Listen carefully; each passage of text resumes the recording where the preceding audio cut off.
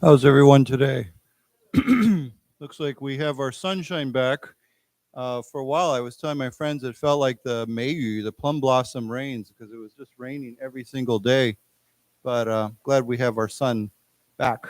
So anyhow, I thought today, of course, the American election continues on, and our campaign, a presidential campaign.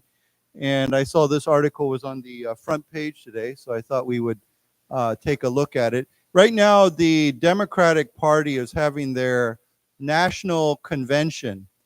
Does everybody know what a convention is? Yeah, it's a word that we tend to use for special kinds of meetings. Like often it's like a gathering of people from a group that they share together. For example, like a political party or a company or what? A guild? Yeah, we don't use that word too much anymore, but like a union or an industry, you know, like perhaps the medical industry, they might have a convention, or I'm sure they certainly do have conventions. So it's not like we often say conference or, you know, meeting or something like that, but a convention is this idea of that lots of people come together, and they're there from the same, often, not always, but they're often there from the same organization or group or industry. So we say a medical convention or a industry, you know, maybe technology convention, or here it's a political convention. It's, yeah.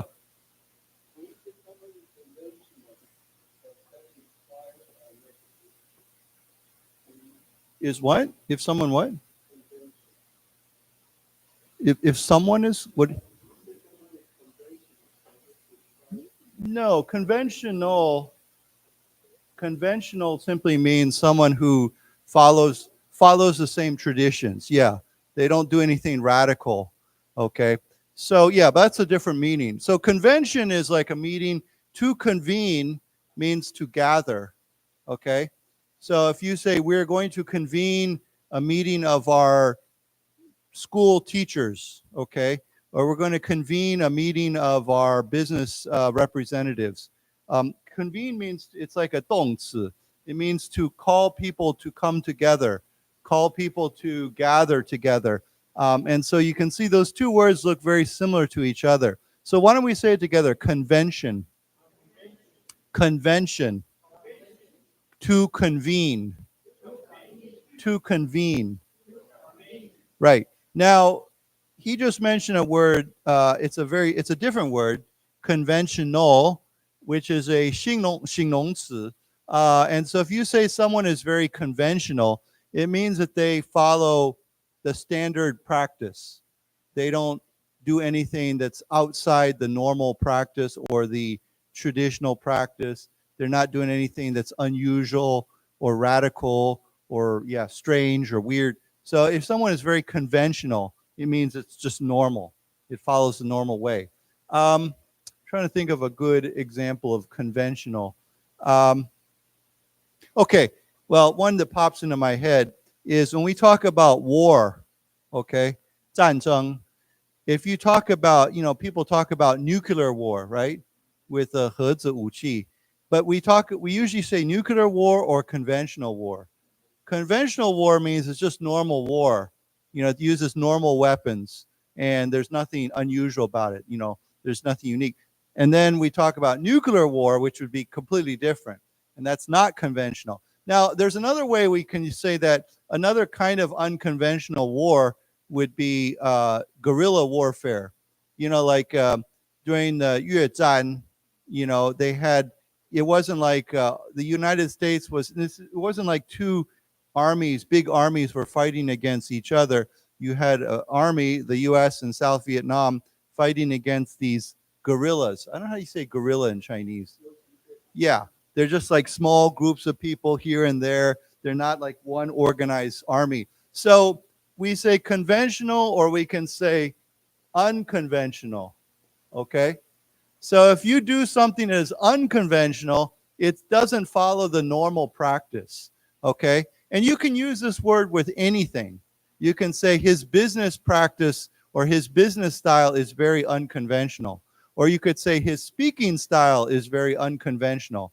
Or you could say he's a very conventional person. So this word can go either way. So why don't we say it together as a 形容词, conventional, conventional, unconventional, unconventional.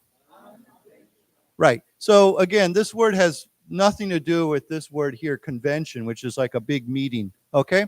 So it says Obamas. Now, Obamas, it means there's two Obamas, not just one, Michelle and Barack. Energize Harris supporters at National Convention. Now, if you energize, I think when you go to the supermarket, there's a 电视品牌 called Energizer, right? So what does energize mean?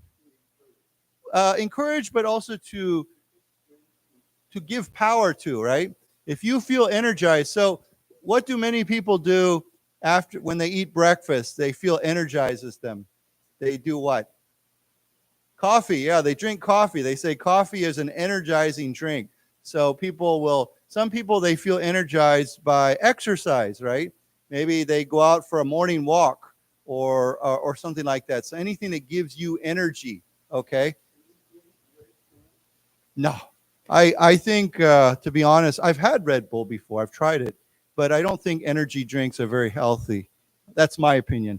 But I think they're full of sugar, full of caffeine. I mean, there's nothing wrong with caffeine, but if you drink a lot or take in a lot of caffeine, I don't know if that's good for you. But yeah, I'm not a real big fan of energy drinks. I know some people are. So anyhow, let's say that word together. Energize.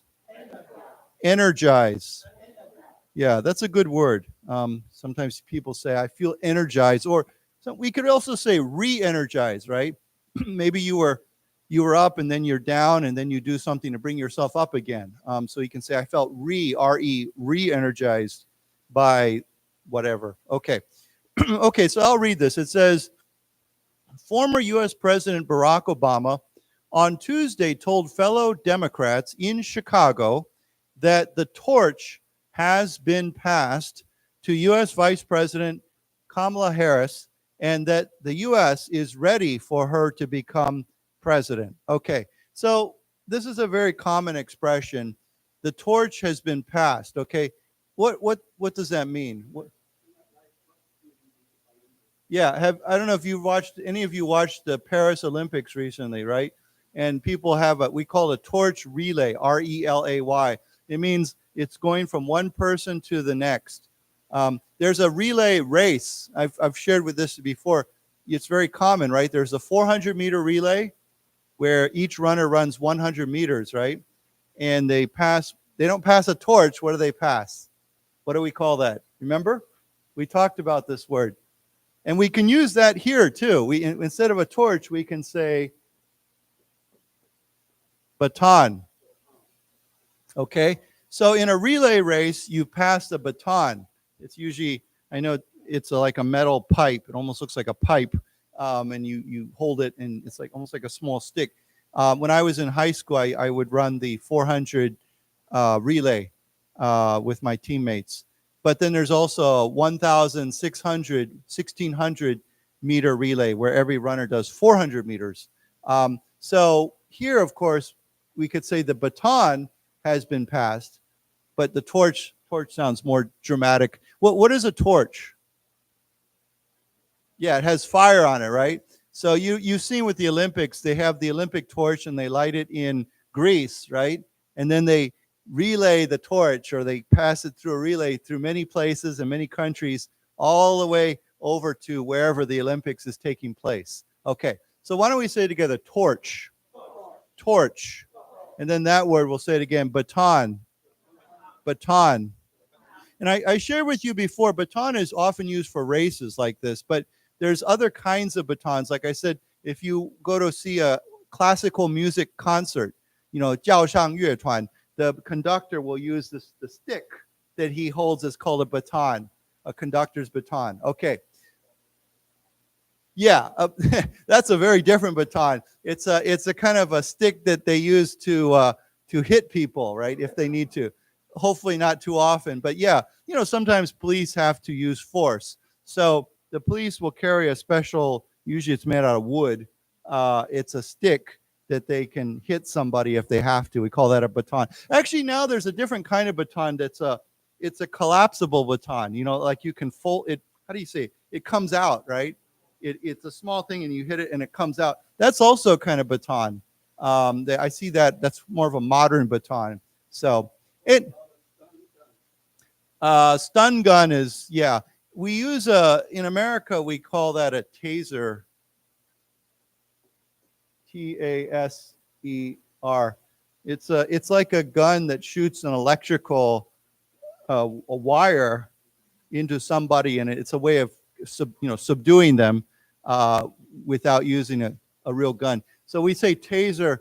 Often you hear this word. You say he was tasered. It's a 动词 and a 名词, but it's a special gun that it shoots a wire, and it sticks into you. And then electrical current goes through it. Yeah, I hear it's not very pleasant. So yeah. Okay, so let's read this together then. Former U.S. President Barack Obama on Tuesday told fellow Democrats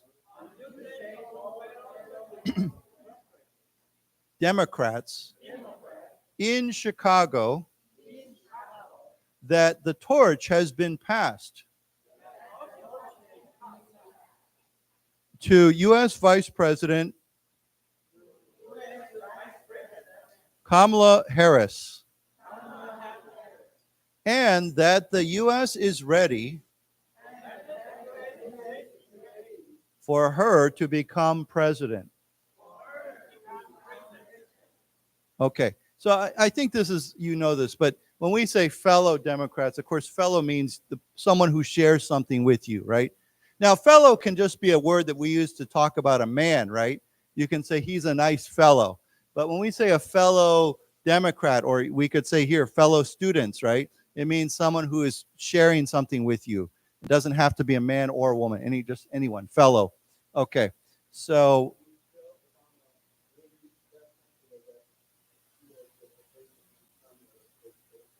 I don't think so. Well, and she's popular with many people. I'm sure. But one thing about Michelle Obama, she's made it very, very, very clear that she has absolutely no interest in going back into politics.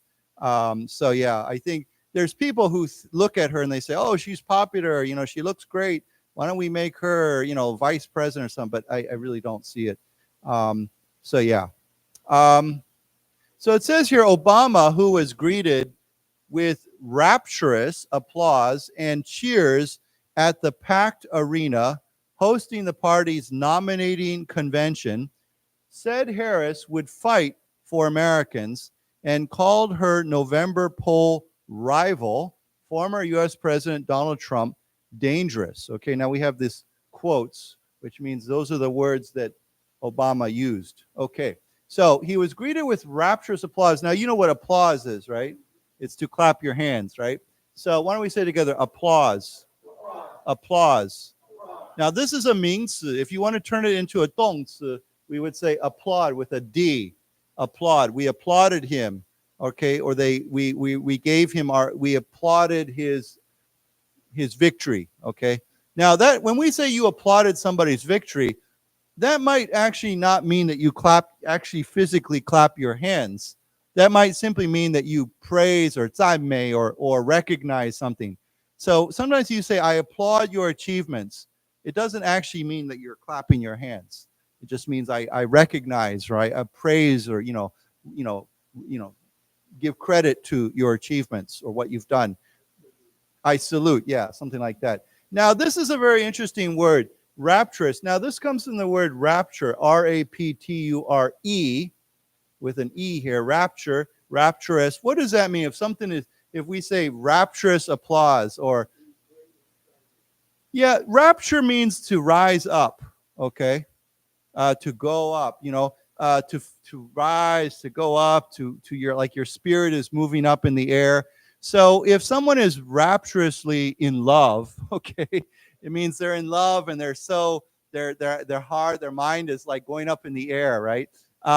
But if we say rapturous applause, it means that people are just really emotionally high, their emotions are very high and they feel very happy and excited and joyful and things like that. So when someone says rapturous, it means like it's kind of an extreme word. It's not just like, oh, I feel good or I feel happy. Rapturous means all. So when I think the word rapturous, it's like if a movie star, or someone very famous shows up and everybody's just like, oh, their fans are just in love with them and they think, oh, and they're acting in a very rapturous way. Or as a food, so we could say rapturously with an ly, rapturously. That's what it means. Okay, so why don't we say the root word with an e here, rapture. Now this T has a ch sound to it, like a ch sound. Okay, so once more, rapture. And then rapturous. Rapturous. And then as a futsa adverb, rapturously. Rapturously. In rapture with an en enraptured. Yeah, enrapture, in rapture. Yeah, so it's funny how if you watch a famous person walk into a room, we could say they were greeted rapturously by their fans. Okay, we see this all the time, right? I I was watching some YouTube videos yesterday, and I realized that I went to a baseball game on what day was that? I went to a baseball game last Sunday. I went to 兄弟队 baseball game. Fortunately, we won. My friend, sometimes I go with one of my American friends. It seems like every time we go to their game, they lose.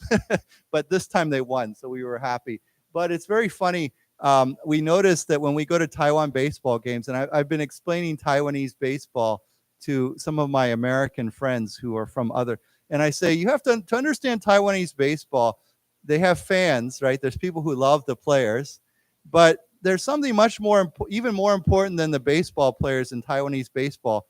It's the cheerleaders, the la la dui, right? Really big part of Taiwan baseball. It's very funny. I've come to realize that. And then I started to realize that recently in the last year or two, it's not just been Taiwanese cheerleaders, it's been Korean cheerleaders from Hangguo coming over. And every team now has Korean cheerleaders. So I was watching them on the YouTube, and it's funny when they show up, they get a rapturous greeting from their fans. People are giving them gifts. People are taking their pictures. People want their autographs. So I think it's kind of funny that in America we have cheerleaders for some sports like basketball or football, not baseball. There's no baseball cheerleaders in America. But and people think, oh yeah, the cheerleaders are great, but we usually don't know who they are. We don't know their names. They don't have personal fans. But in Taiwan, the cheerleaders all have personal fans. They have people who just love them. Zainan, yeah. You mean like disasters? Zainan is what? Disaster.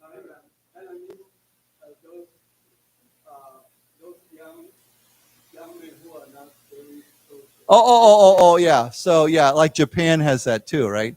Yeah. So yeah, I guess so. You just look at those. That to you, that's your imaginary girlfriend. Yeah. So yeah. So anyhow, it's quite funny. I find it kind of amusing and kind of cute. I mean, it's kind of funny. So I always tell my American friends, if you watch baseball in Taiwan, they have cheerleaders, and they're like very surprised. They're like, really? They have cheerleaders for baseball? And I'm like, yeah, and it's a big deal. So yeah, and they have very rapturous fans. Okay, so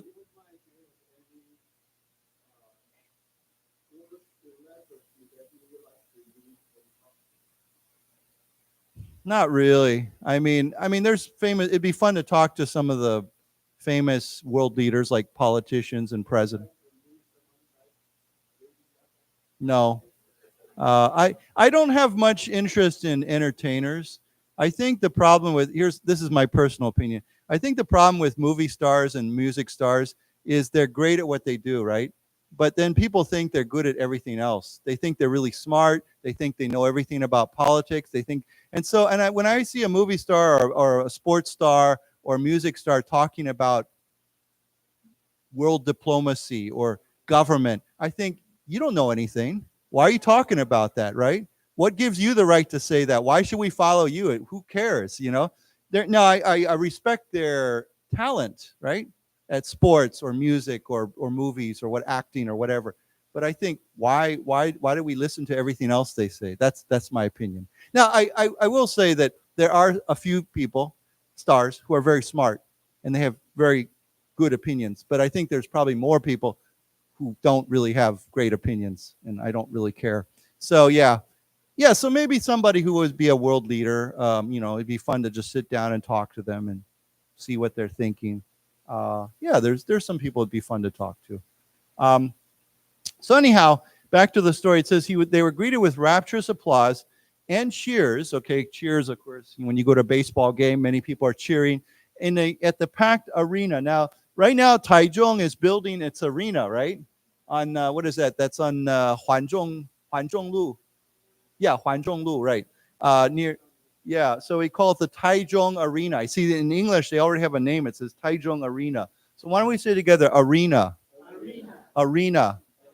Okay, so at the packed arena hosting the party's nominating convention. Now, of course, this meeting was to nominate their candidate for the president. Okay, so everybody knows it's going to be Kamala Harris, but they have to officially nominate her. Okay, does everybody know what nominate means? We've talked about this before, right? Nominate is to choose, to pick, right? There's usually a process. If you say, when you were in school, for example, maybe you had to elect your class president, and you might nominate somebody. You say, well, I think she should be our class president. So you choose her, and then everybody votes. Okay, so we nominate people. Now, of course, nominate can be very formal, or it can be very informal. Maybe you're with your group of friends, and you say, who's going to go buy lunch at 7-Eleven for us? And you say, I nominate you. Okay, you go do it. Okay, we could say it, we could use it that way. So why don't we say this word together? Nominate. Nominate. And if you are nominated, that means in the means, we say you received a nomination, T-I-O-N, okay? You got the nomination, you received the nomination. So let's say that too, nomination. Nomination. Okay, so let's read this. Obama, who was greeted with rapturous applause. Let's say it one more time. Rapturous applause and cheers at the packed arena.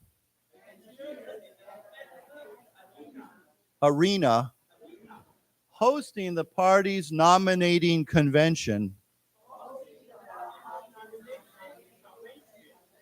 Nominating convention. Said Harris would fight for Americans. And called her November poll rival,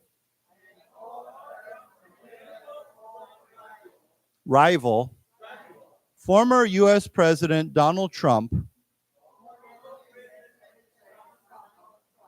dangerous.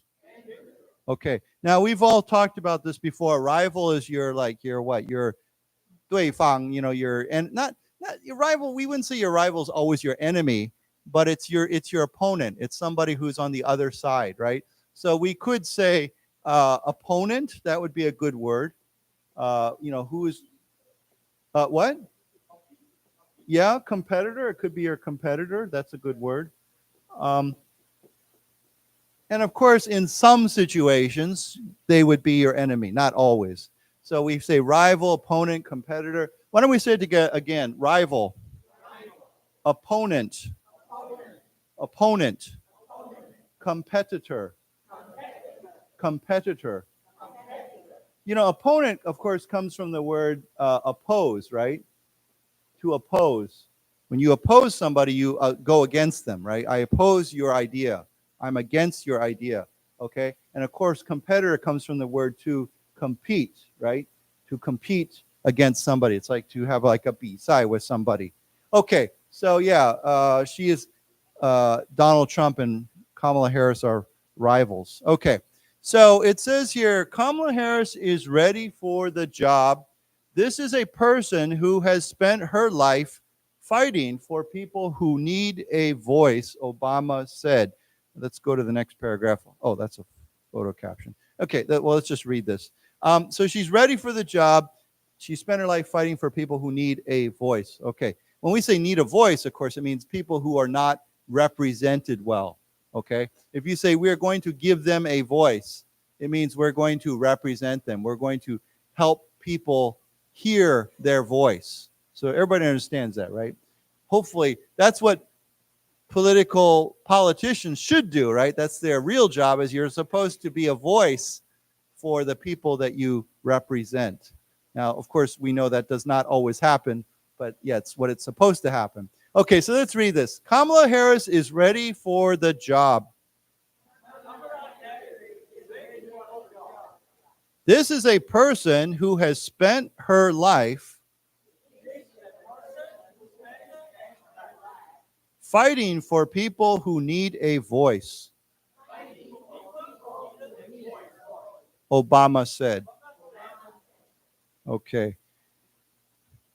Now go on here. It says, Harris is someone who sees you and hears you and will get up every single day and fight for you, he said. And let's read the second paragraph. Yes, she can, Obama said of Harris, prompting the boisterous crowd to repeatedly chant the phrase, recalling Obama's own Yes, We Can campaign slogan. Okay, so first of all, it says here, she is someone who hears you, sees you, hears you, and will get up every single day and fight for you. So he's saying that she would be a good representative. Yes, she can. He said about Harris, yes, she can. Prompting, okay, when you prompt somebody to do something, what does that mean? You trigger them, you cause them to do something. For example, you can say, the rain prompted me to go inside, right? That's very simple. It rained, so I went inside. So you could say, his words prompted my anger. His words made me angry. So it's like to incite or trigger or create something, okay? So why don't we say together, prompt, prompting. Okay, now I want to remind you, prompt has a whole different meaning. What does prompt also mean? Not quick. Well, I guess you could say promptly, but if someone is prompt, what does that mean? They are on time, okay? Yeah, we can say a prompt, he's very prompt, okay? Punctual, yeah, punctual, prompt. Yeah, basically you're on time, okay? You show up on time, on schedule. But when we say promptly, come here, he arrived promptly, it usually means he arrived on time. But I guess you could say it kind of also means on, quickly, or he moved, promptly. Yeah, quickly, on time. So what? Yeah. So anyhow, different meaning, prompt.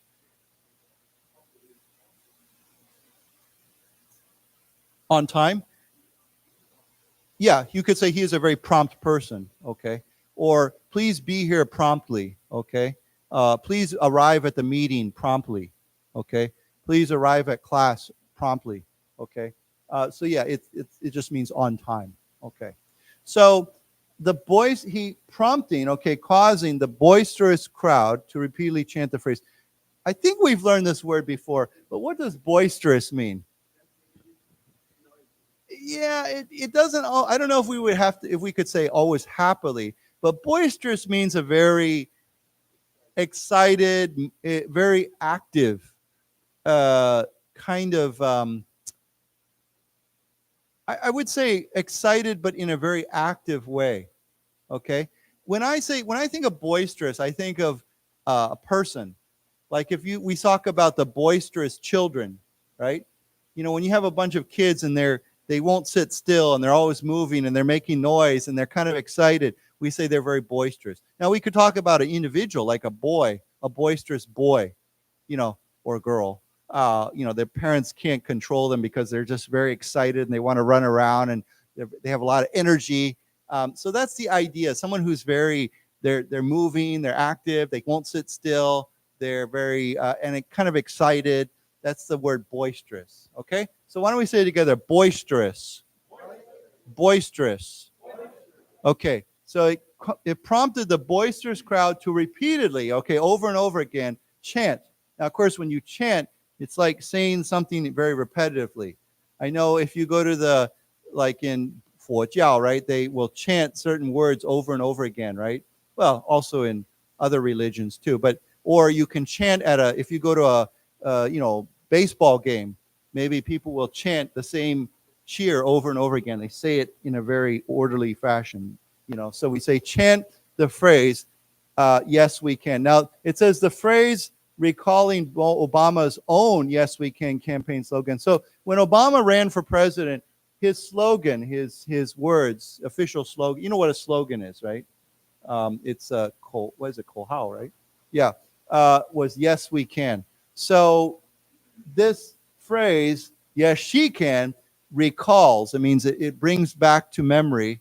It reminds people of Obama's Yes, We Can slogan. So it's very similar. Okay, everybody understand that? Okay, yeah. So anyhow, let's read this. Starting up here. Harris is someone who sees you and hears you and will get up every single day and fight for you, he said. Yes, she can, Obama said. Of Harris, prompting the boisterous crowd. Let's say it again. Boisterous crowd to repeatedly chant the phrase. Let's say it again. Repeatedly chant the phrase. Recalling Obama's own Yes, We Can campaign slogan. Slogan. Right. Now, a phrase is just a series of words, right? There's different phrases we like to use. Sometimes those phrases are expressions, right? But a slogan, of course, is more like a kohao. It's like a official phrase that you come up with. Okay. So, so Obama's getting everybody excited. So it says here, before his Stardust performance, his wife, Michelle Obama, told convention goers something magically wonderful is in the air. Okay, so this is kind of an interesting expression, stardust. What's have you ever heard people talk about stardust? Yeah, it's like, well, dust is like Hui Cheng, right? But it's almost like when we say stardust, it's almost like a feeling of magic, So we say, how would we use this word? I know there's some expressions that we use the term stardust. Now, of course, we're not really talking about real stardust, right? But the word stardust has a feeling of magic. So I think if I was to replace this word, I would probably say magical, a magical performance. It's almost like it makes people feel very happy, or it's very spectacular, okay? So it's interesting they use this word stardust. Why don't we say it together? Stardust. Stardust. Okay. I guess I'm trying to think of how we use it. Some people say we are all made of stardust or something like that, right? The dust from the stars. I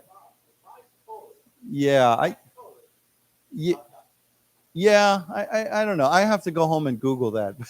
But But anyhow, it's just saying his performance was very magical and people were very happy. Okay, so before his Stardust performance, his wife, Michelle Obama, told convention goers. Now, of course, if you go to the convention, you are a convention goer, right? We could say anything when you go to, you say you are a goer, okay? A concert goer, means you went to the concert. Okay, so something magically went. Oh, here they use the word magical. Something magically wonderful is in the air. Okay, when we say it's in the air, it means there's a feeling in the air. Okay, around us. Okay, so let's read this. Before his Stardust performance. Let's say it one more time. Stardust performance. His wife, Michelle Obama, told convention goers, something magically wonderful is in the air.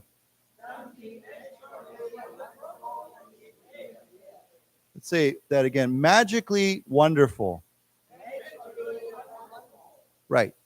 I just mentioned earlier, and I think you know this, D-U-S-T, dust means what? I think I said, and hopefully, yeah, isn't it like hui cheng, right? Hui cheng, yeah. It's the stuff that floats around. Taiwan is a bit of a dusty country. I've noticed I clean my house, and 2 days later, there's dust on everything again. So yeah, dust. People actually, someone asked me recently, I don't know why, I forget. You know, sometimes if you go to the hospital, I wasn't at the hospital, but people say, are you allergic to anything? Do you have 过敏? The only thing I'm allergic to is dust. It's not a serious allergy, but if I clean, I will start sneezing and sneezing and sneezing over and over again because of that dust in the air. Yeah, but yeah, it's just, I mean, you have to use other things too, but yeah, it's a lot of mafan. I do not own a duster. Yeah, maybe I should get one. So yeah. Okay, usually I just use a damp cloth or something to wipe the dust off. Okay, so it says here, this is Michelle Obama speaking. She says, it's the contagious power of hope, she said, calling Harris my girl, and saying that hope, another rallying cry of her husband's successful 2008 campaign, is making a comeback. Okay, so it's interesting. It says it's the, contagious power of hope. What does contagious mean? Right. So a few years ago, only like 2 or 3 years ago, we were talking about COVID-19, right? And it was very contagious. That's why everybody was wearing masks, right? So we could say COVID-19 is very contagious. But other things can be contagious. Feelings, emotions can be contagious. So she says it's the contagious power of hope. So hope is contagious. You know, if I feel hopeful and they feel hopeful, then you feel hopeful. You know, it's contagious. Okay, so we could say one thing I hear a lot is contagious laughter, right? If one person's laughing, it makes other people laugh, right? Because they hear it laugh, they think it sounds funny, and then yawning. You know what yawning is? When someone yawns and then you hear it, you want to yawn too, right? We say it's contagious. Okay, so why don't we say together, contagious. Contagious. Okay, so Michelle called Harris my girl, saying that hope, and we say hope was another rallying cry of her husband's successful campaign. So Obama, when he ran for president, he used that word hope a lot. So this was another rallying cry. Now, when we say a rallying cry, this becomes a 形容词. It means that, and of course, cry doesn't mean cool. It means to cry out, to shout. Okay, so we could say instead of that, we could say maybe cheer. Okay, so cry here is a 名词, and rallying is a 形容词. So we say a rallying cry means a slogan or a cheer that brought people together. Okay, so when Obama was running for president, he used the word hope over and over again, and it rallied people. It brought people together. Does everybody understand that idea? Okay, so we call that a rallying cry of her husband's successful 2008 campaign. Now, again, so the word cry can also mean to shout out, to cry out, to cheer. It doesn't mean to cry like cool. Okay, so she said hope is making a comeback. Now, what is a comeback? If you look at the word, I think you can guess, what does it mean? If we say that baseball team is making a comeback, what does that mean? Anyone know what that means? If you are, oh, sorry, go ahead. Anyone? Yeah, if you are behind or you're losing and you come back and you win, or you come from behind, we say that's a comeback. So let's say there's a game, a sports game, and one team is behind, and we say, wow, they're making a big comeback. It means that they're coming from behind, and now they're scoring points, and maybe they're going to win the game, right? So it's a comeback. So she says hope is making a comeback. And what she means is that there is no hope, but now hope is coming back. So that's, you see the word come back. It means come. So come back here, of course, is a noun, a 名词, right? Okay, so it's the contagious power of hope. Okay, let's read this together. It's the contagious power of hope. She said, calling Harris my girl, and saying that hope, another rallying cry of her husband's successful 2008 campaign is making a comeback. Okay. As I read this, I have to just say I find something a little bit ironic about this. It's not like she's talking about, it's not like Donald Trump has been president the last 4 years, right? Who's been president? Biden, right? So I find this a little bit strange that they're talking like we need hope and hope needs to come back. The Democrats have been in power for 4 years, right? Kamala Harris has been vice president for what? Yeah. Yeah, it's almost like they're saying there's no hope under Joe Biden. I don't really understand that. So I find this a little bit strange. When I look at this language, to me, it sounds like, oh, we've been out of power for 4 years. Trump has been president, or the Republic 共和党 has been president. So we need to come back, and we need hope it's going to come back again.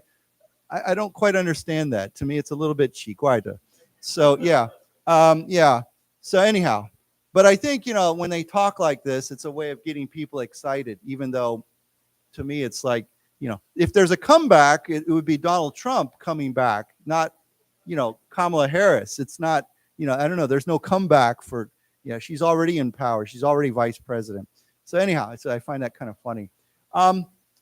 So his turn, okay, his turn. I believe when we say his turn, it means that, okay, this word turn, obviously, when you say to take turns, right? My turn to speak. That's kind of the idea. It means that his moment. Maybe that's a better way of saying it. His moment, his run, his moment when Obama got up to speak. Okay, his turn amped up the already buoyant mood in Chicago, where U.S. President Joe Biden delivered his own emotional speech late on Monday, less than a month after ending his re-election bid. Okay, now there's a couple interesting words here. Amped up, okay? I don't know if you've heard this expression before, but does anyone know what amped up means, or amped up? And where does that word come from? Yes. So amplify,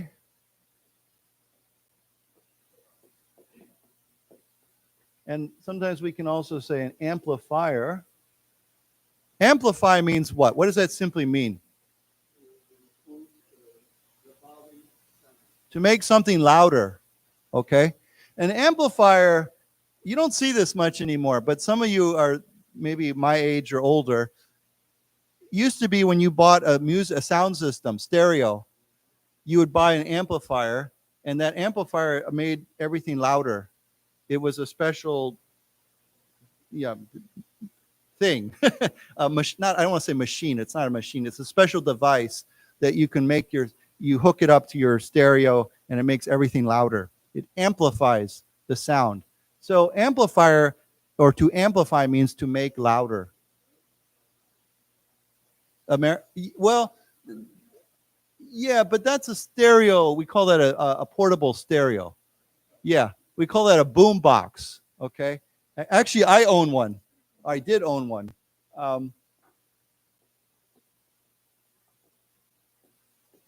the slang term is boombox because it's a portable stereo that you could carry, and it was very big. But an amplifier is actually just the box. You know, when you had I don't know if you remember this, when you bought a stereo, we had many decks, right? And there was maybe your record player and your tape player and your radio tuner, and then you had another level called an amplifier, and that helped you. It would boost the sound. And if you didn't have an amplifier, you wouldn't get much sound. There'd be hardly any sound. So you needed this amplifier. Now, of course, today most stereos have a built-in amplifier. You don't have to buy a separate amplifier. But yeah, anyhow, that's where this word amped up came from. If someone gets amped up, it means it gets them what? Excited. Gets them high, makes them feel good. Yeah, energize. It's like the word energize. It's very similar to the word energize, okay? So amped up comes from the word amplifier, to amp up someone, okay? So why don't we say it together? Amplify. To amplify. And then the second word, amplifier. Okay, and then this word, amped up. Amped up. Yeah, and this is a very, almost like a slang word. It's not a formal word. If you say someone feels amped up, it's not a very formal way of saying it. Energized would be more formal, okay? It's a more official sounding English. So Obama's moment amped up or energized the already buoyant mood in Chicago. Now, this is another great word, buoyant. What does buoyant mean? Right, it means high, okay? Buoyant comes from what word? What kinds of things or objects are buoyant? So floating. When we think of something that floats, we say it is buoyant. Something that can float in the water. So if you take a balloon and you fill it with air and you put it in the water, it will be buoyant, right? Now, if the balloon has no air, it won't be buoyant. It will sink probably, right? So anything like a life preserver or a boat is buoyant, of course. It has to be. Anything that floats. Even people can be buoyant, right? I remember when I was a kid and I was taking swimming lessons, and my swimming teacher said, you need to fill your lungs with air and then you can float, right? Because that air will help you become more buoyant. Now, if you don't, you might start sinking if there's no air in your lungs. But yeah, you can be buoyant. So when we say a buoyant mood, it means kind of like a high mood. People are very excited. They're floating. They're in the air. So yeah. But yeah, buoyant is related to the word to float. You know, and we float on the water.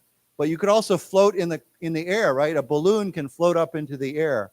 It means it, goes up there. So to float. So why don't we say together, buoyant. Buoyant. To float. To float. So people were already feeling very happy and very high, but he amped them up even more, okay? So it says in Chicago, remember Chicago is pronounced with a sh sound, not a ch sound, but a sh, Chicago. Chicago, where U.S. President Joe Biden he gave his own emotional speech less than a month after ending his re-election bid, his attempt to become re-elected. Okay, so let's read this. His term amped up his term amped up the already buoyant mood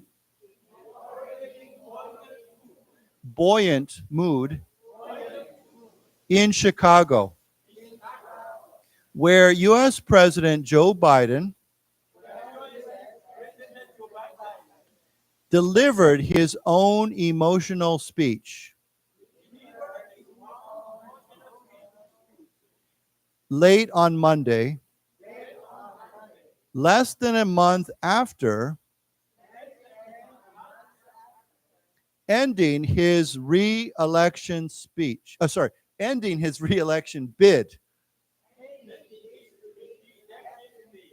Re-election bid. Right. I forgot to mention the word boy, B-U-O-Y, is actually a minzi for a float, like a float. So a float can be a minzi. So we can say a life buoy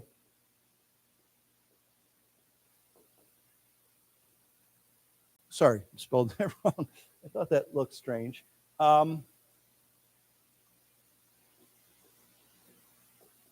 It's like a float that you use to save yourself. If you fall in the water and you need to hold on to something, there's a lifeboat. We could say that. Yeah, it's like a float. Yeah. So we could say a life preserver. That's what we use sometimes, the circular thing. But a buoy can be anything that floats in the water.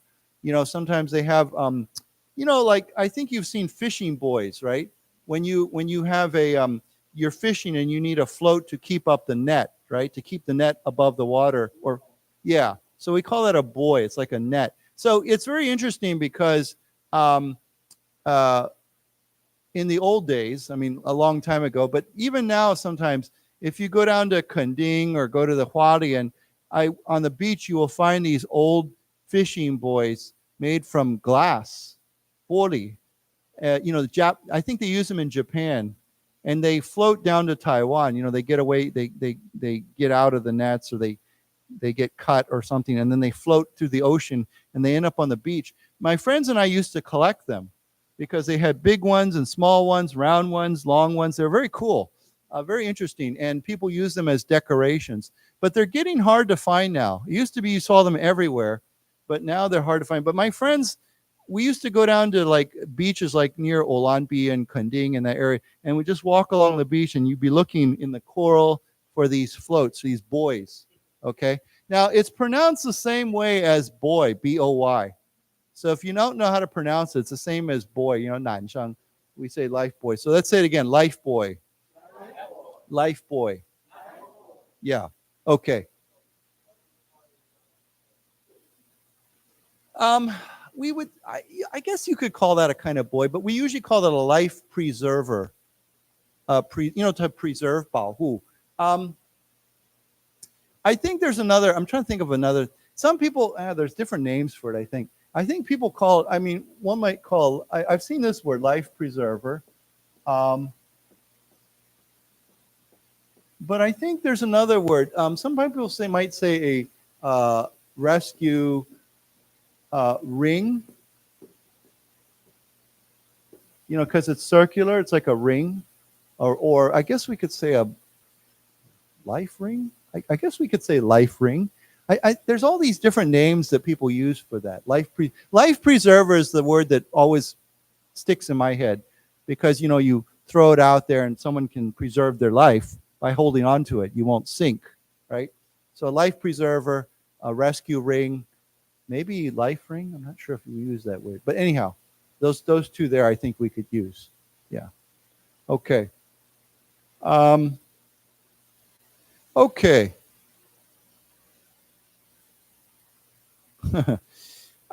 Okay, so let's read one or two more paragraphs, and then maybe one more paragraph, and then we'll go to a different article. Okay.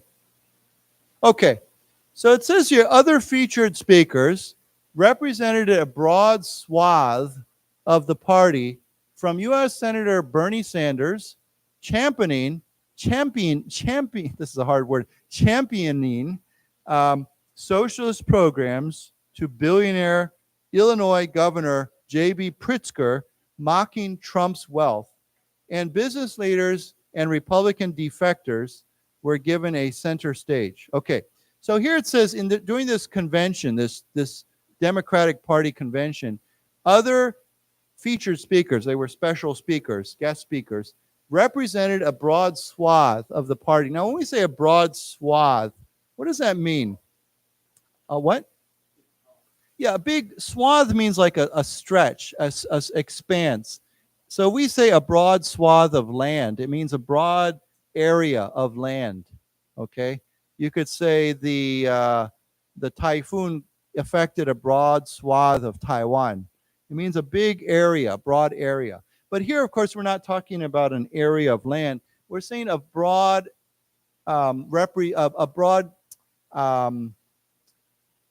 variety. Maybe we could say that, a variety of the party. So inside the Democratic Party, there's a very wide variety of people and a very wide variety of ideas. Okay, so it says here from who? U.S. Senator Bernie Sanders. I don't know if you know this name, but he wanted to be president before. Championing, okay, it's a tough word. Champion, you know the word champion, right? So we turn it into a 动词, championing, okay? Tough word. It's funny, I read that word, it's easy, but then I say it, championing. Socialist programs, okay? What's socialist mean? 社会主义, right? So he's kind of known as having very socialist ideas, okay? So this guy was championing. And what does champion mean? To champion. Yeah, what would be another more simple word than champ? Huh? To what? Well, yeah, but I think the best word is to promote. To 宣传, to 推广, right? To promote. Actually, 推广 would maybe be better. To promote. So he's promoting socialist programs, okay? But here we say, if you champion someone, it means that you're promoting them. You're saying, hey, look at this person. They're great. You should support them. So we champion someone. Okay, so championing socialist programs. To, okay, that's on one side. To who? To billionaire Illinois Governor J.B. Pritzker. So, this guy is promoting 社会主义, and this guy is a billionaire, okay? And Illinois governor mocking Trump's wealth. Okay, now when we say mock, what does mock mean?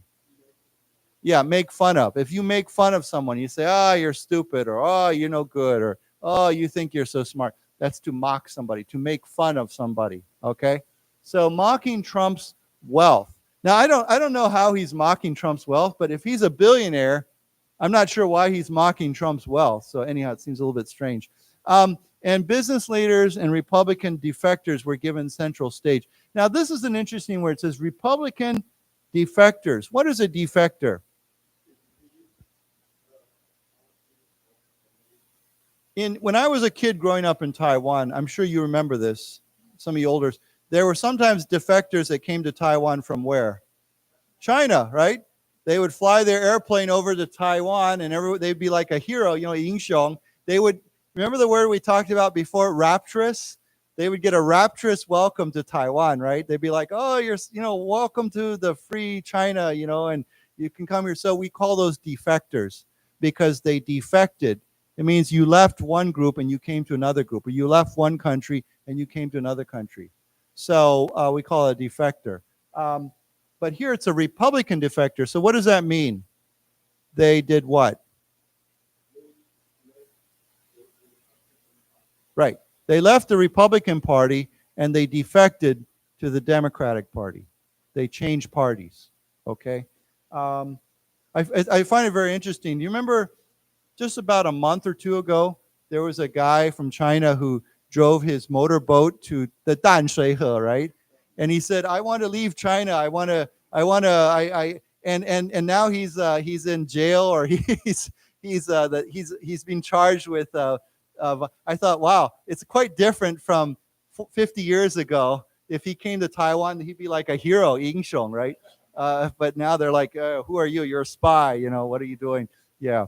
So, yeah, it's kind of funny. Okay, so let's read this together. Other featured speakers represented a broad swath. Let's say it again, swath. Now that, wait, sorry. It's kind of a swath, the has kind of a the sound to it, right? Swath. Okay, so why don't we say it together? Broad swath. Broad swath of the party. From U.S. Senator Bernie Sanders, championing. So I think the best way is to say the word champion and then add ing. So championing socialist programs to billionaire Illinois governor. Okay, remember, this word we do not pronounce the S, right? So it's Illinois. Illinois governor J.B. Pritzker mocking Trump's wealth. And business leaders and Republican defectors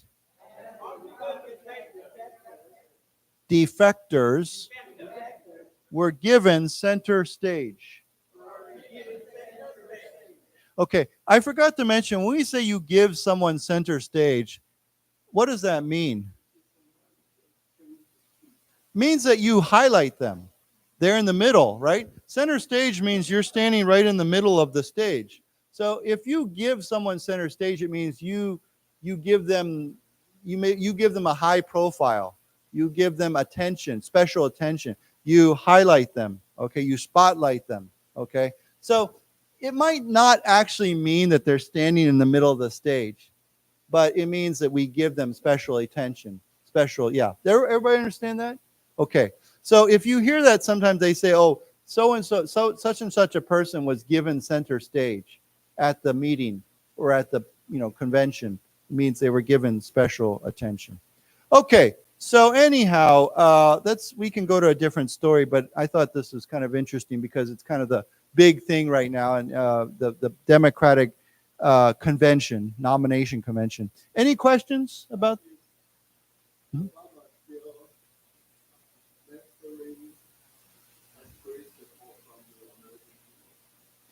I wouldn't say he's getting great support from the American people. I would say he's popular with many American people, but certainly not all American people.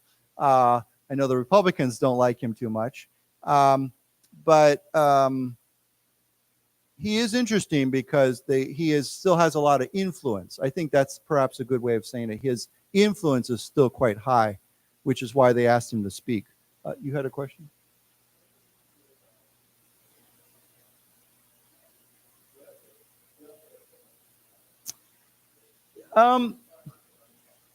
Yeah, but the point is, Bernie Sanders actually is very socialist.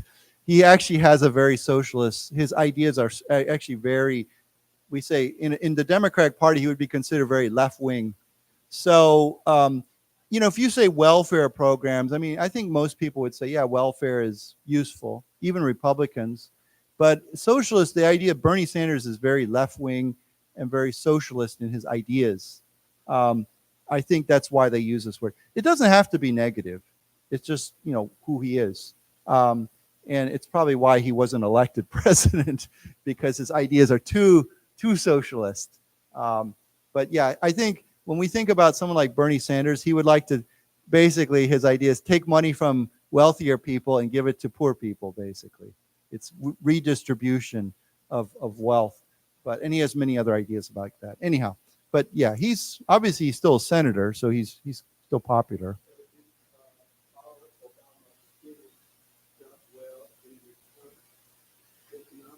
Depends who you talk to. Yeah, I don't know. You're probably asking the wrong person, because I don't know. I feel like Barack Obama, one thing he's really good at, and I think everyone knows that, he's great at speaking. He's a great talker, but a lot of people say he talks more than he does things, right? And I think I pay more attention to foreign policy, right? Foreign affairs. And one thing I don't like about his administration, his 8 years in power, was I feel like when it came to China, he talked a lot, but he didn't do anything. And not just China, Russia, and many other countries. And so many people say this is when you saw a lot of the big problems we have today came up because of Obama. He didn't really do anything. Like, you look at Nanhai, right? All those islands that China started building, that happened during Obama's time. He didn't do anything. He said, oh, you shouldn't do that. You should stop. You should not. But there was no action, right?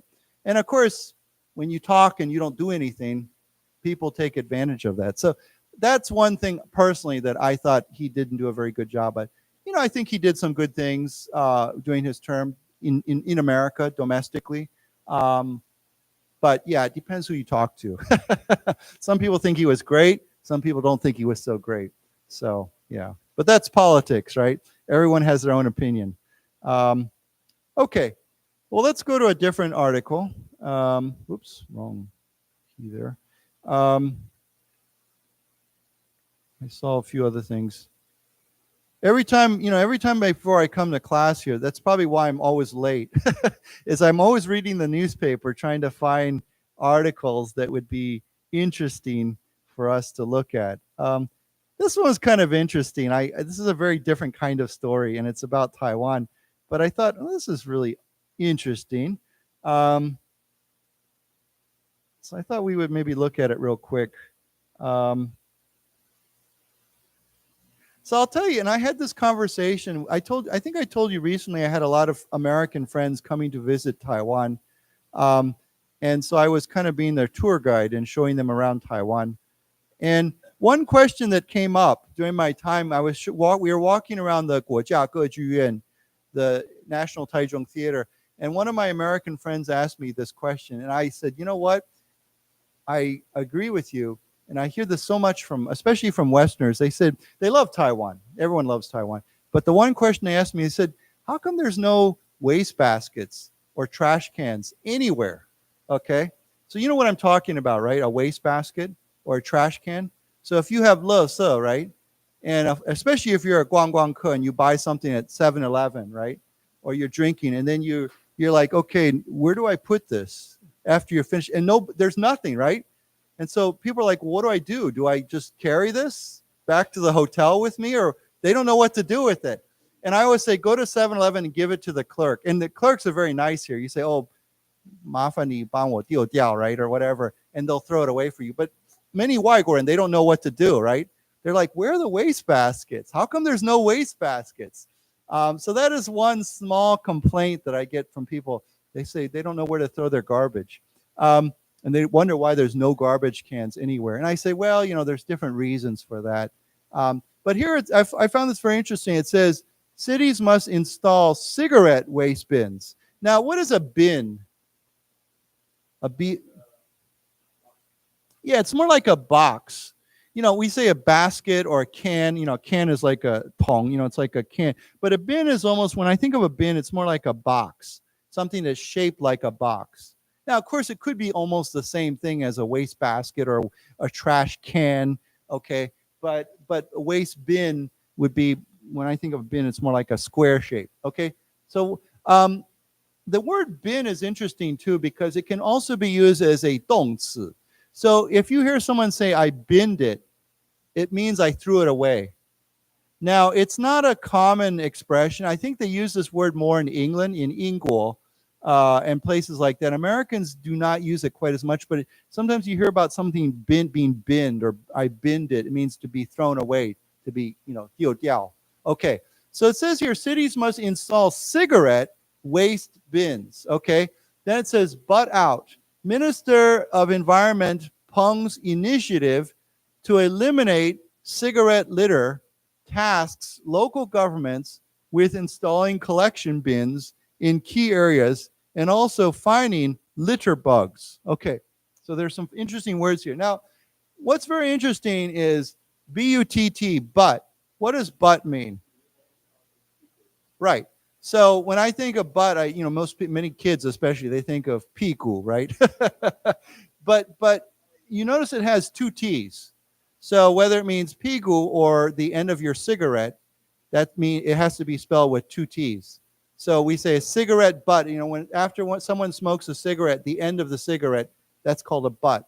Okay, so they're kind of being funny here. They say butt out.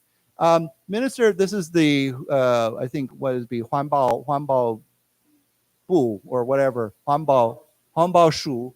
Okay, initiative. Okay, initiative would be like his plan, his idea, his new plan. Why don't we say together, initiative? Initiative.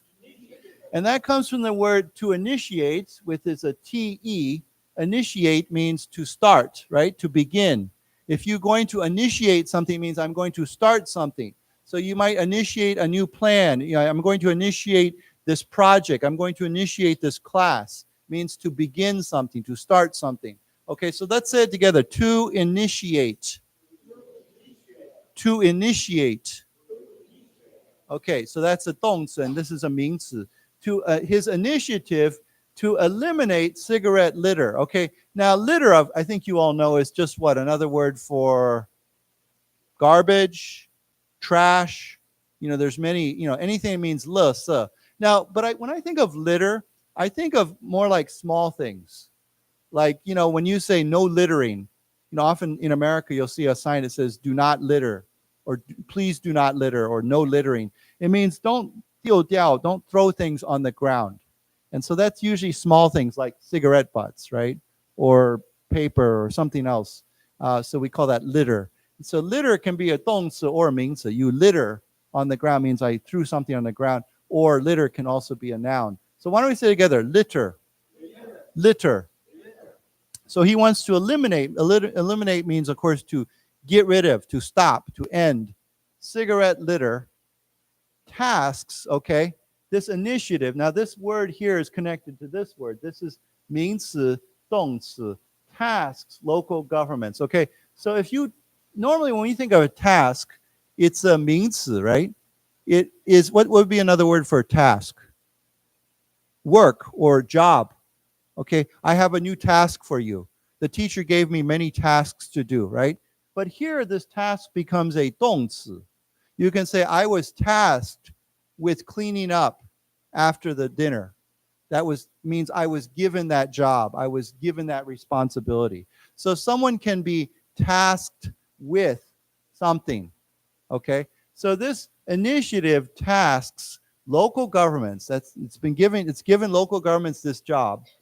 With what? Installing collection bins. Okay, install, of course, means to put in somewhere, right? To install, to, you know, we install many things. Like you might install some new software, 软体, on your computer, or you might install new lights in the ceiling, you know, to put in, okay? To install collection bins in key areas. Now, of course, when we say a key area, it means an important area or an area that is where there's going to be a problem like this, something we need to focus on. So a key area, and also finding litter bugs. Now, I think you've heard this word before. It's a funny word. Does everybody know what a litter bug is? Yeah. So bug, you know what a bug is like, what a 虫, right? Okay. So litter bug is just a funny word that we use to say someone who litters, okay? Someone who throws stuff around. So we say they're a litter bug. So, you know, this is when I was a kid, people would say, don't be a litter bug, okay? Don't litter, okay? So why don't we say together, litter bug? Litter bug. Yeah, it's just a funny word, but we do use this word, litter bug. Okay. Okay. Yeah. Yeah.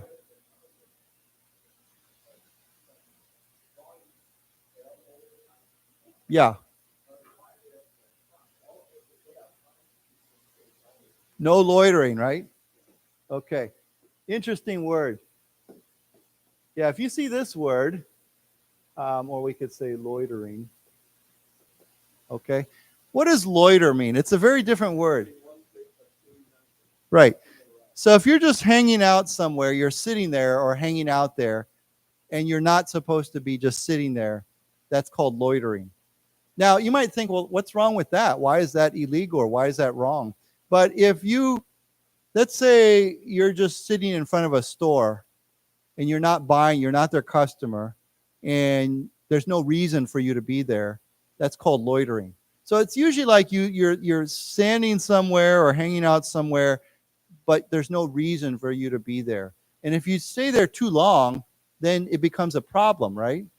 Let's say I'm a business. What if you were a restaurant and there was a guy that just sat in front of your store all day, right? That would be called loitering, because you'd be like, you can't stay here. You can't just sit here, right? You're disturbing our customers, or you're disturbing my business. So loitering is something that can be, the government can, if someone's just loitering, you know, I don't know about Taiwan, but in America, you can actually call the police and say, you know, this person has been loitering in front of my business all day or every day, and you need to get rid of them. So loitering, if you see America, we have signs that say no loitering. It means don't just stand here. I'll tell you what, when I was a kid or younger, loitering often was something that you would see teenagers, 青少年, right? They would sit out in front of 7-Eleven or sit out in front of a convenience store, and they just a group of them, right? And if you have a group of teenagers loitering, often you have trouble, right? Because maybe there's a fight, or maybe they start arguments, or maybe they're making noise or something, and people don't like it. So they say, leave, get out of here, go home, go somewhere else. Does everybody understand that? Okay, so why don't we say together, loiter, loiter, loitering, loitering. Okay, now I will say this word can be used in a few other ways. Right now everybody talks about 无人机, right? Drones, right? There's a loitering drone, right? And what does a 无人机, a loitering drone do? A drone, a drone is D-R-O-N-E. It means that drone will just stay in one area. They'll just keep flying around and around and around and won't leave, right? And maybe it's there to watch the enemy, or maybe it's there to attack somebody, but it will just stay in one area and just it doesn't keep moving away. It'll just stay in one area. Maybe it'll fly in circles. We call that loitering. So that's another way of using that word, loitering. But I just want to actually some other words we use. We use the word trash for litter. We use garbage. We also use, there's an interesting word, refuse. Now you might look at that word and you might say, well, it looks like the word refuse, right? I refuse. But this word is pronounced differently. We say refuse. It means garbage. 垃圾. Okay? So it's just another way of saying that. If you see that word and you think, what I don't understand, why are they using the word refuse? It's not that word, refuse, it's refuse. So why don't we say together, refuse, trash, garbage, litter. Right. Okay. So those are all similar words. Okay. Okay. Now, of course, every day in Taiwan, you have the garbage trucks, right? We don't say a litter truck. We don't say a refuse truck. We say a garbage truck. So sometimes these words are used in very specific ways, like to litter, but we all say a garbage truck. Okay. Of course, Taiwan's garbage trucks are very, very famous, world famous. Why? Because of the music, right? Yeah. Americans always think it's an ice cream truck, right? Yeah. Yeah. So, because it sounds very similar to an American ice cream truck. Yeah. Okay. So it says here, the nation's 6 special municipalities must each install cigarette waste receptacles in 650 locations by the end of November as part of the government's plan to eliminate cigarette litter. The Ministry of Environment, usually I say Environmental Affairs, but it says Ministry of Environment said yesterday. Okay, now I think you know this, but in Taiwan we have 6 special municipalities. What's another word for municipality? It's a very simple word. City, right. So municipality is another word for a city, okay? So this word can be used as a 形容词. Sometimes when we say 都市, we can also say municipal. Sorry. Municipal. This word does not get used in Taiwan as much, but it is a word we use in America a lot. We say the municipal government. It means a city government, 市政府. Okay. Of course, if we talk about a really huge city, we might use the word metropolis, right? This is a word that we use sometimes, and then that word becomes metropolitan. Sorry, I hope you can see that. metropolitan, metropolitan, metropolis. Municipal comes from the word municipality. This would be a ty if it was one, iga, municipality. So these are all words that refer to cities. Okay. Now, metropolis usually is a very large city.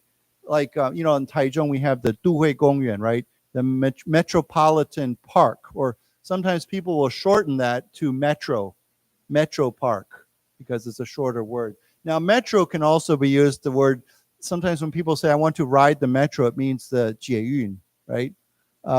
in Paris, in Bali, the official name of their 捷运 is the Paris Metro. They actually use the word METRO. So these words are kind of related to each other. So why don't we say this word, first of all, municipality. Municipality. And then as a 形容词, municipal. Municipal. And then this word here is a 名词, metropolis. Metropolis. And then as a 形容词, metropolitan. Metropolitan.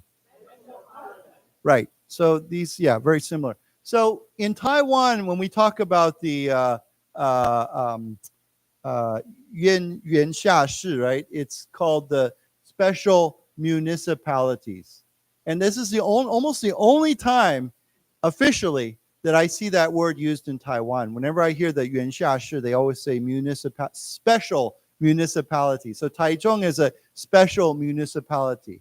Okay, so it says here the nation's 6 special municipalities must each install cigarette waste receptacles. Now, this is a very interesting word. I don't think we've studied this before. What is a receptacle?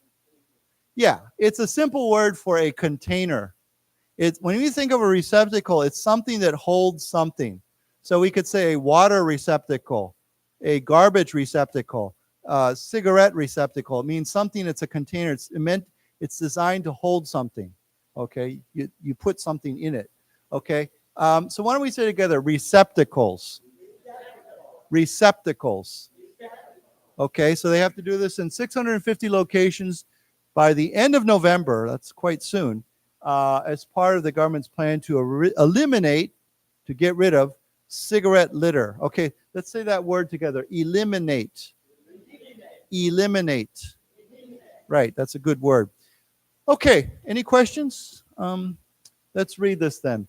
The nation's 6 special municipalities. Let's say it again. Municipalities must each install cigarette waste receptacles. Receptacles in 650 locations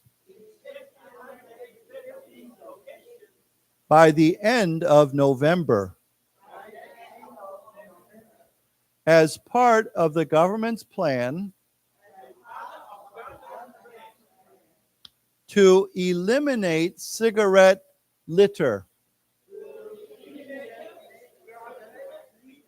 Let's say it again. Eliminate cigarette litter. The Ministry of Environment said yesterday.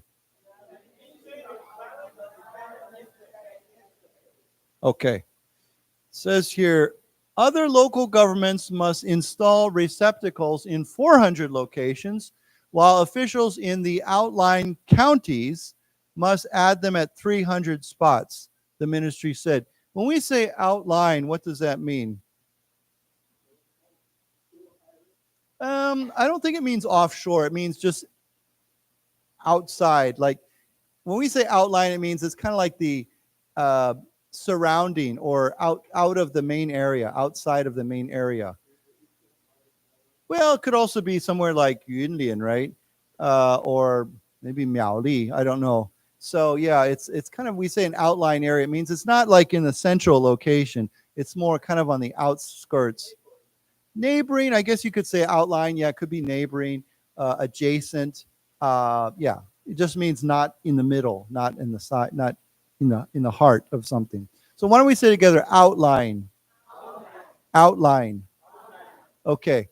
Okay, so yeah, they have to put these all over the place. Let's read this. Other local governments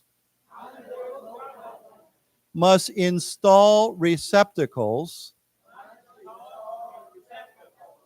in 400 locations,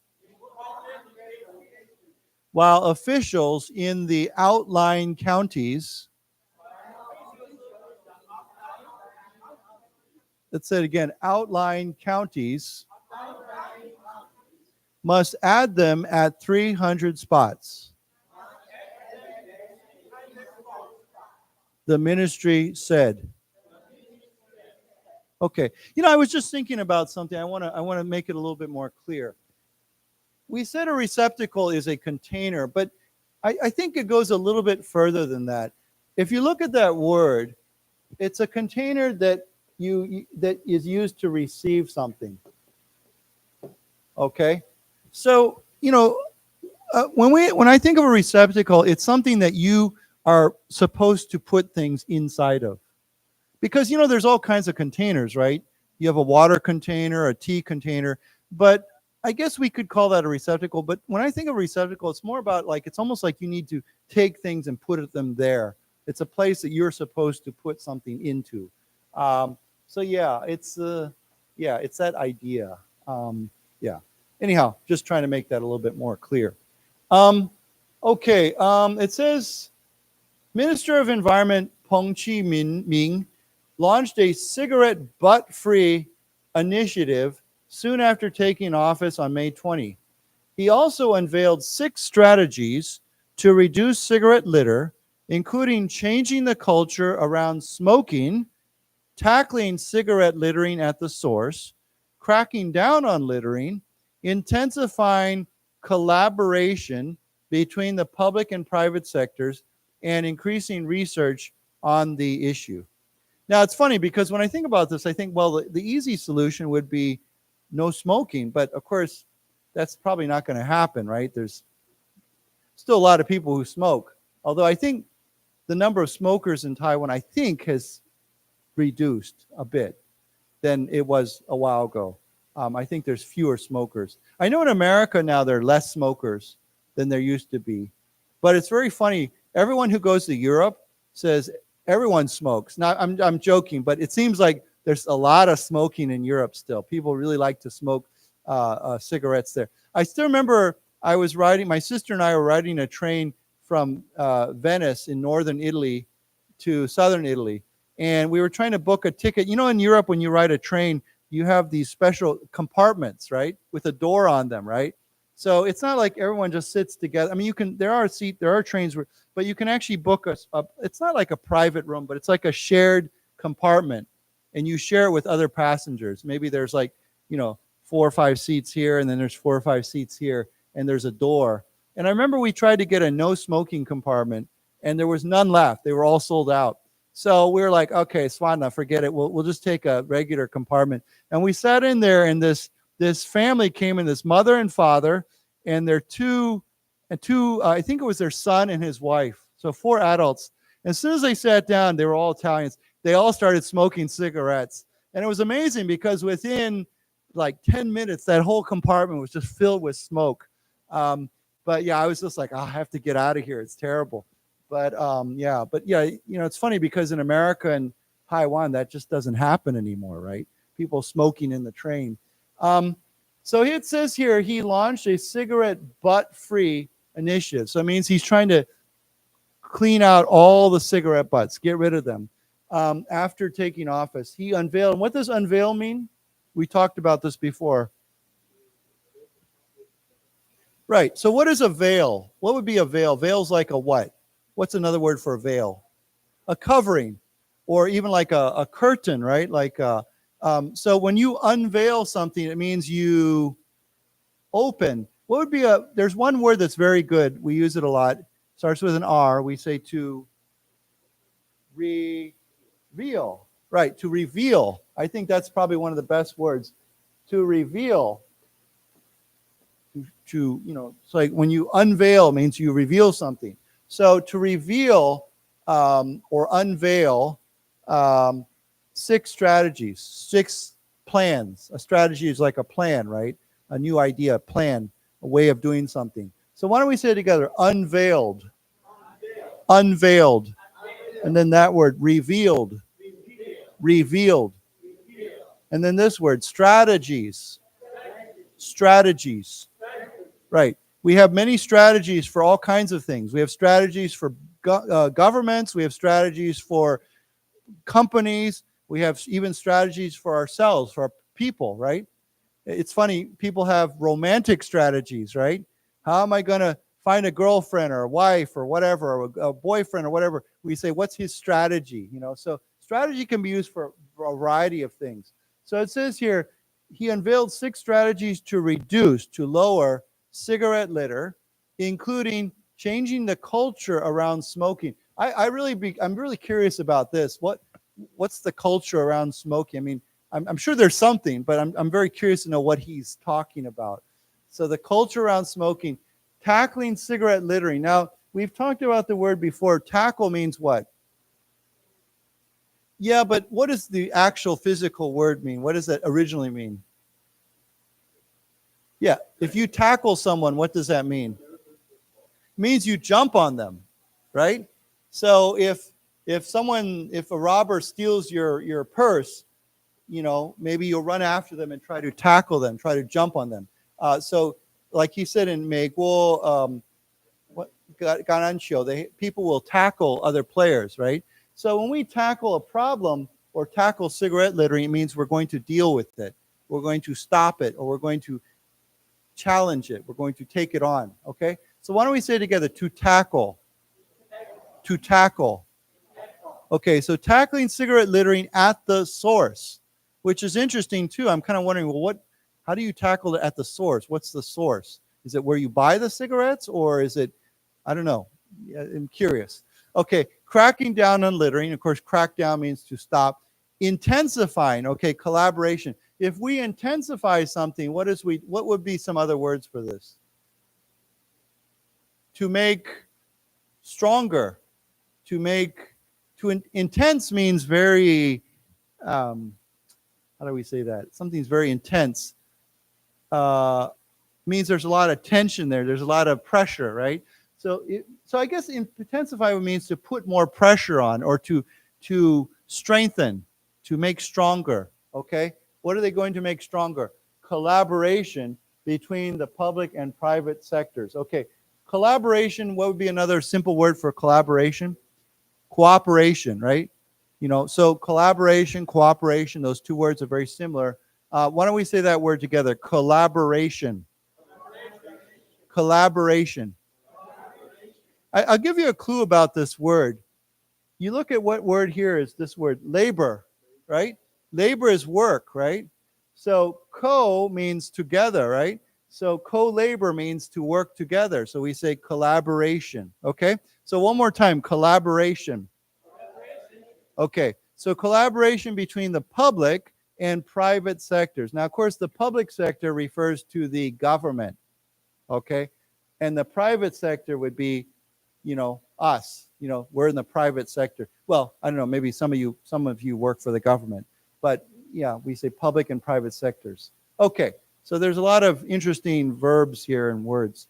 Why don't we read this together?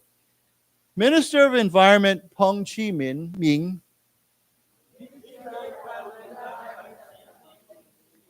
launched a cigarette butt-free initiative.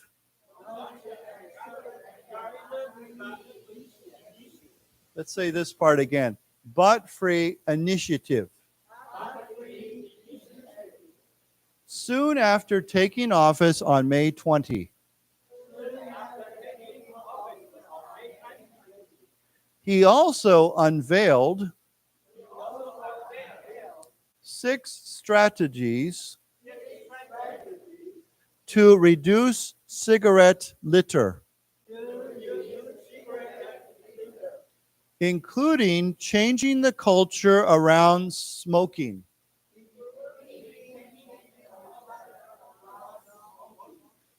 Tackling cigarette littering at the source, cracking down on littering, intensifying collaboration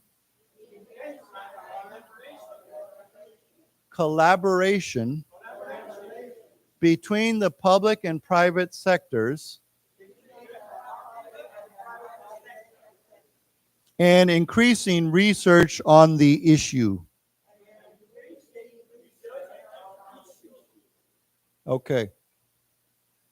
says, in a letter to local governments last month, the ministry charged them with implementing action plans to meet the No Stub on the Ground campaign and follow guidelines to install cigarette butt collection receptacles. Okay, so we've, once again, I think you know this word, but what does implement means? To carry out, to do something, right? If you have a law, you need to implement the law, right? If you have a plan, you need to implement the plan. It means to put it into action, to carry it out, okay? So why don't we say together, implementing, or simply to implement, right? So the ministry charged them. Now, here we have the word charge them. We just talked about the word task before, T-A-S-K, right? Similar word, we could say they tasked them, they charged them, means we gave them a responsibility, we gave them a job, we gave them a job to do.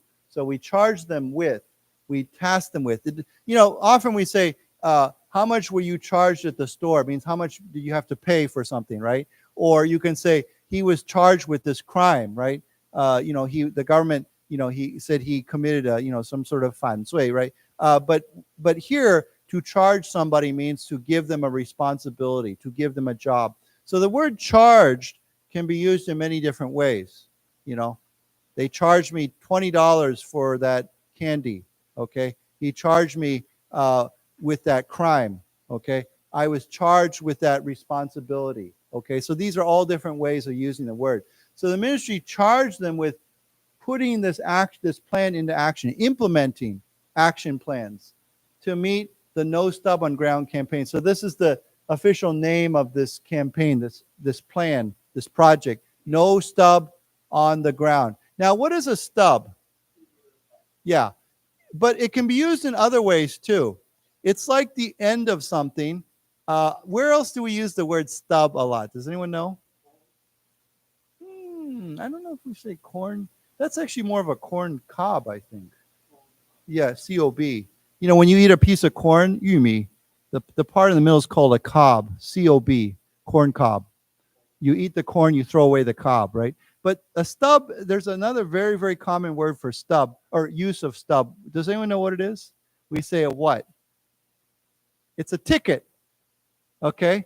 So if you buy a ticket for the bus or the train or a concert, and you know how they tear it and they give you the end of the ticket? Yeah. Now, I don't know. Sometimes you keep the stub and sometimes they keep the stub. It kind of depends, but it's that piece of the ticket that they take off. That's called a ticket stub.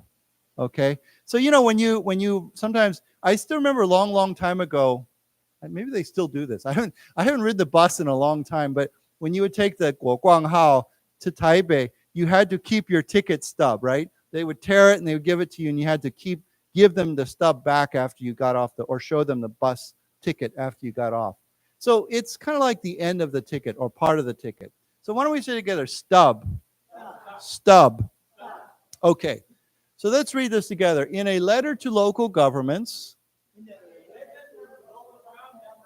last month, the ministry charged them with implementing action plans to meet the No Stub on the Ground campaign and follow guidelines to install cigarette butt collection receptacles. Right, so here's that idea again. Remember I said the receptacle is to receive something, and we say collection, right? It's collecting those things. So collection receptacles. Okay, I think you all know this word, but of course a guideline would be like kind of like a rule, but it's not as, often we say guidelines are not, sometimes they're like rules, but sometimes they're not as strict as rules. So they can be really strict guidelines, or they can be more general guidelines, you know? So if it's a more general guideline or not a strict guideline, it might be something, it could be more like a suggestion, right? But sometimes if it's a very strict guideline, then it's more like a rule. Okay, so that's, guidelines. Okay, so it says here, the guidelines stipulate that the receptacles be placed in popular smoking areas, such as outside convenience stores, restaurants, beverage shops, internet cafes, hospitals, and clinics, housing agencies, public transportation stations, parking lots, and fuel stations, as well as around sidewalks, alleys, roads, and drainage ditches. Environmental Management Administration official Wei Wenyi said. Now, I find this kind of funny because drainage ditches are everywhere, right? I don't know how you put usually it's like you know what a ditch is, right? It's what do they call it? Shui go, right? So drainage means where the water drains into the water, like when it rains, right? The water has to go somewhere. So we call that a drainage ditch. The water goes into the ditch and then it's carried away. So we call that a drainage ditch, because a drain, D-R-A-I-N, is the hole that water goes in, like your house and your bathtub and your sink all have a drain. But here it's a drainage. Drainage becomes a 形容词. So we say drainage ditch. Okay. So yeah, I'm not quite sure. There's drainage ditches everywhere. So I'm not sure how they decide which drainage ditches to put them in. But let's say it together. Drainage ditches. Drainage ditches. Okay. So here it says the guidelines stipulate. Now, I think we've learned this word before, but what does stipulate mean? What? Yeah, but it's a 动词, so it means to dictate, to say you must do something. It's like almost like to order, or to say something in detail. Like, yeah, but it's a verb. So we say the law. We often use this word with. In fact, we usually use this word with a law, a rule, a guideline. We say the law stipulates that you must do this or you must not do this. So it means according to this, this is what it says. This is what it orders you to do. Yeah, but 规定, isn't that like a noun, 名词? Oh, it can be, okay. So it can be a verb. So yeah, that would be then as a 动词, 规定. Okay, so why don't we say it together? Stipulate. Stipulate. Okay, it's a good word, but it's kind of, anyhow. So the guidelines stipulate the receptacles be placed in, okay, this obviously smoking areas, outside convenience stores, housing agencies. You know what a housing agency is, right? Like, I think they're talking about maybe like a real estate agency, like a 不动产 or 房地产, agency. Okay. Public transportation stations. The one I felt was very funny was fuel stations. I don't know why you would be smoking at a fuel station. Usually it's no smoking, right? You should not be smoking at a fuel station, or we say gas station, fuel station. Yeah. So, I don't know, maybe when you get there, you put out your cigarette and throw it there. I don't know. Seems kind of dangerous to me. Okay, so let's go ahead and read this. The guidelines stipulate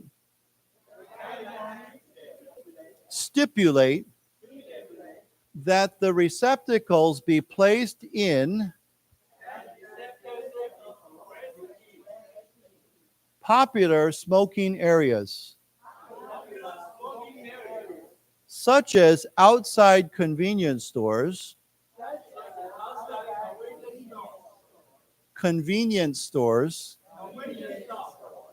restaurants, beverage shops, internet cafes, hospitals and clinics, housing agencies, public transportation stations, parking lots and fuel stations, as well as around sidewalks, alleys, roads, and drainage ditches. Environmental Management Administration.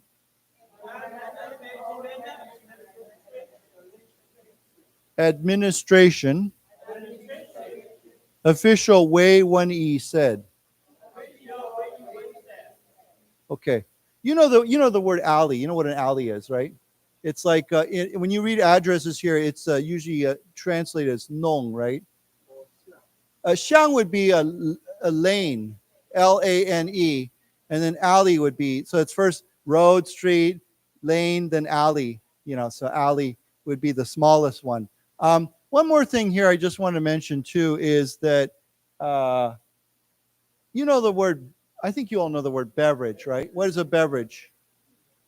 It's another word for, well, no, actually it could be anything that you drink. So we can translate beverage to drink. So if someone says, what is your favorite beverage? You could say tea, coffee, water. All those things are beverages. Okay, so why don't we say together beverage? Beverage. Yeah. Okay, so we're out of time, but are there any final questions? Anything? Okay, good. Well, we'll see you next time. Enjoy the good weather. Yeah.